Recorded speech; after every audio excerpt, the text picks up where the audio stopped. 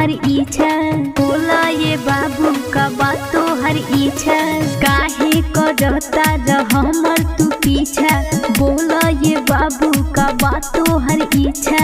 मानी जब बात कोलो हमारा से प्यार हो, चलो घुमा दे सिसवा बाजार हो, चलो घुमा दे सिसवा बाजार हो, चलो घुमा दे सिसवा बाजार हो, चलो घुमा दे सिसवा बाजार हो, सिसवा बाजार हो।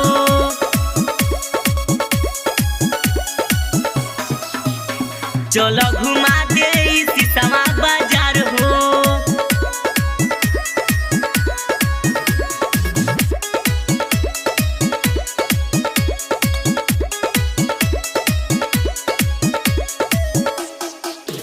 हटा दूरे तू जा जा हो, आओ दिल में समा जाओ, हटा दूरे तू जा जा हो, आओ दिल में समा जाओ।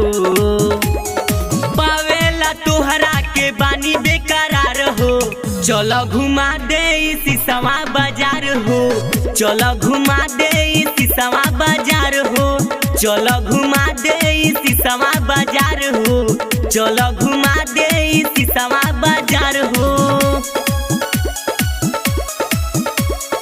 सिसवा बाजार हो,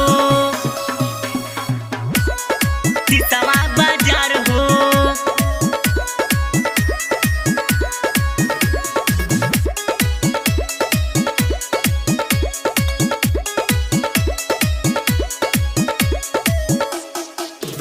काहे भइल बड़ा पागल हो, दिल तुहरे पे लागल हो,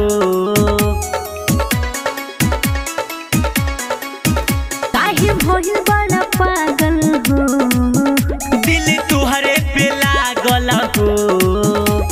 हिमालय के श्रद्धा पूरा दो एक बार हो, चलो घुमा दे सिसवा बाजार हो, चलो घुमा दे सिसवा बाजार हो, चलो घुमा दे सिसवा बाजार हो, चलो घुमा दे सिसवा